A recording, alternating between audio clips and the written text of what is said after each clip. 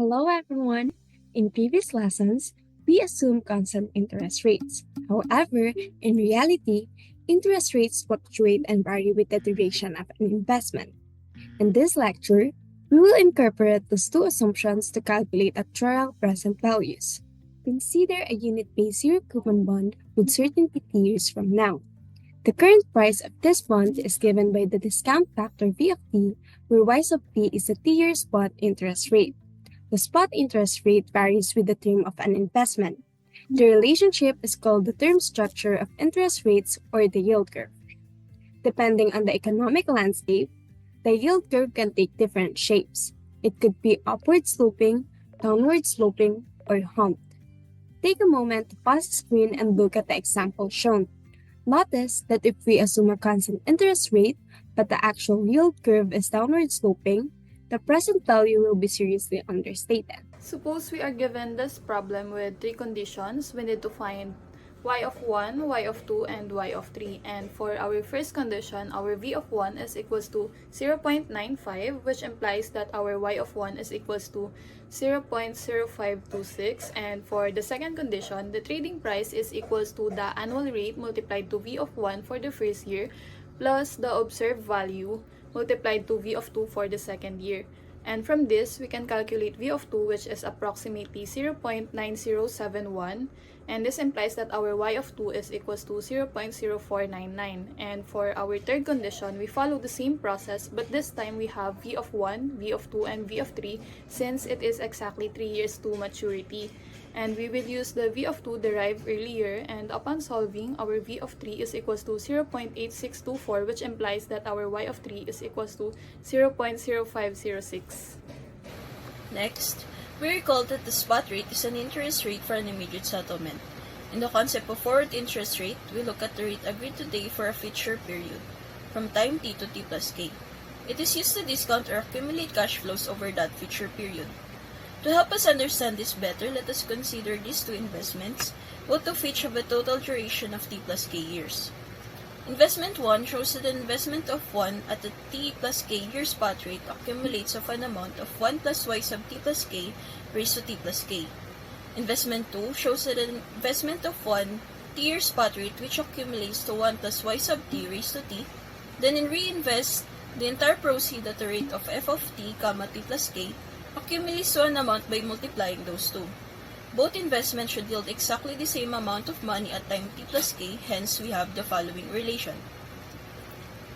Now we consider the following example. We want to know first the value of the discount factors. Now, given the relation, we can now calculate. In the first item, k is just 1, we divide the discount factor at time 1 by the discount factor at time 2, minus 1, we get 0.0316. Next, k here is 2, we divide discount factor at time 1 by discount factor 3, then raise to 1 over 2 minus 1, we get 0.0435. Lastly, k is 1 again, so we do the same process as item 1, we get 0.0556. From the previous model, we now consider the idea of non-level interest rates. To do this, we need to replace the level interest rate with the spot or forward interest rates that are applicable to the cash flows involved in the insurance policy questions. To better understand this, here's an example on how this can be incorporated. Now, given this example, we are asked for a 4-year pure endowment contract issued to 4T. So for the solution, notice that the forward interest rate from time 0 to 4 is just y sub 4. Hence, y sub 4 is equal to 0.03.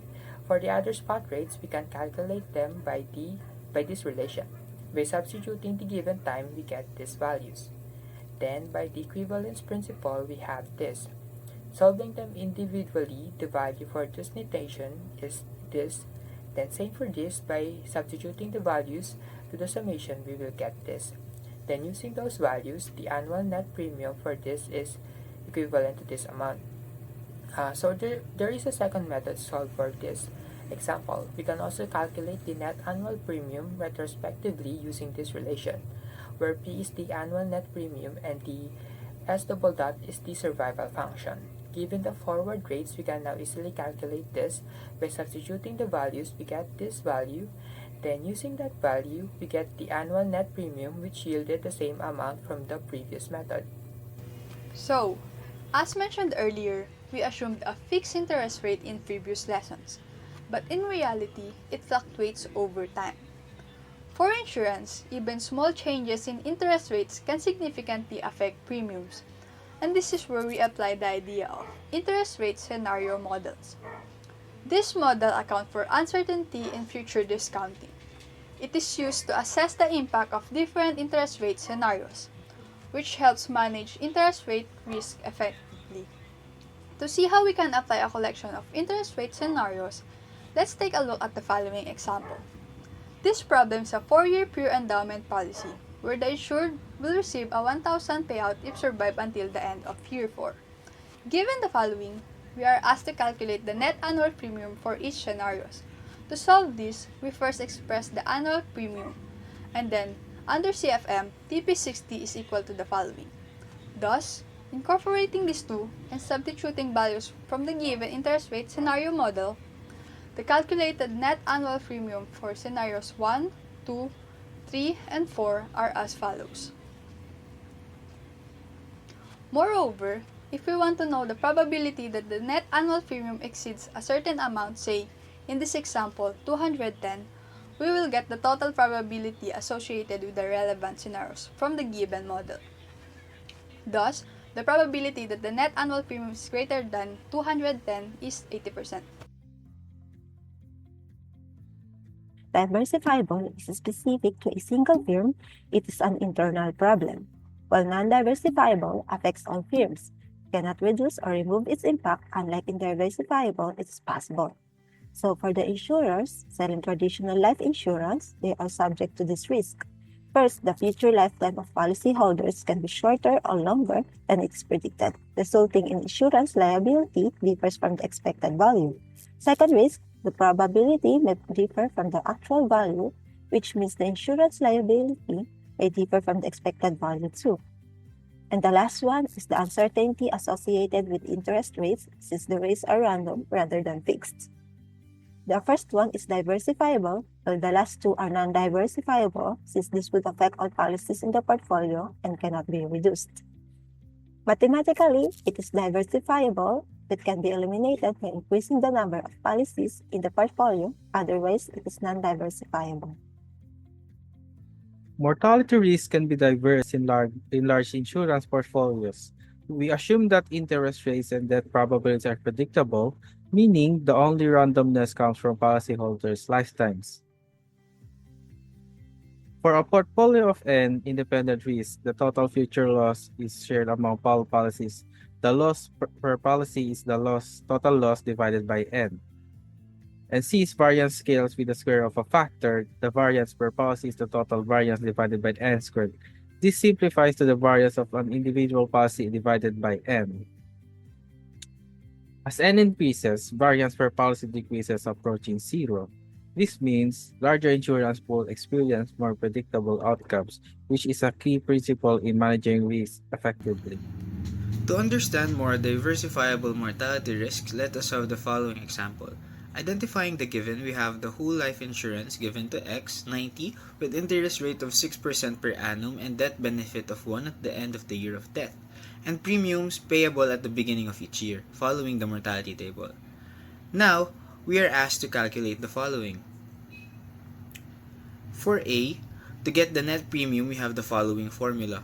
Using the mortality rates, we have the APB of the benefit as follows, which gives us a net premium of P equals to 0.436895975. Now, we use the following formula for the prospective loss random variable. Plugging the net premium from A, we arrive at the following expression of the prospective loss with respect to K9 P plus 1.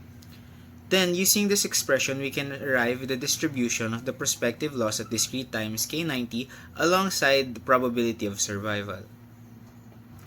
Then, using this distribution table, we can calculate the expected loss and variance whole life of insurance. The expected loss is 0 because of the equivalence principle assumption in computing for the net premium. Then, using 100 independent lives, since this is diversifiable, we recalculate the expected loss and variance, which will give us a normal approximation from 0 to 13.42489. Solving the probability that the loss is greater than 7.18144 using the normal approximation, then we have the probability of the expected loss at 2.5% or 0.025. Thank you.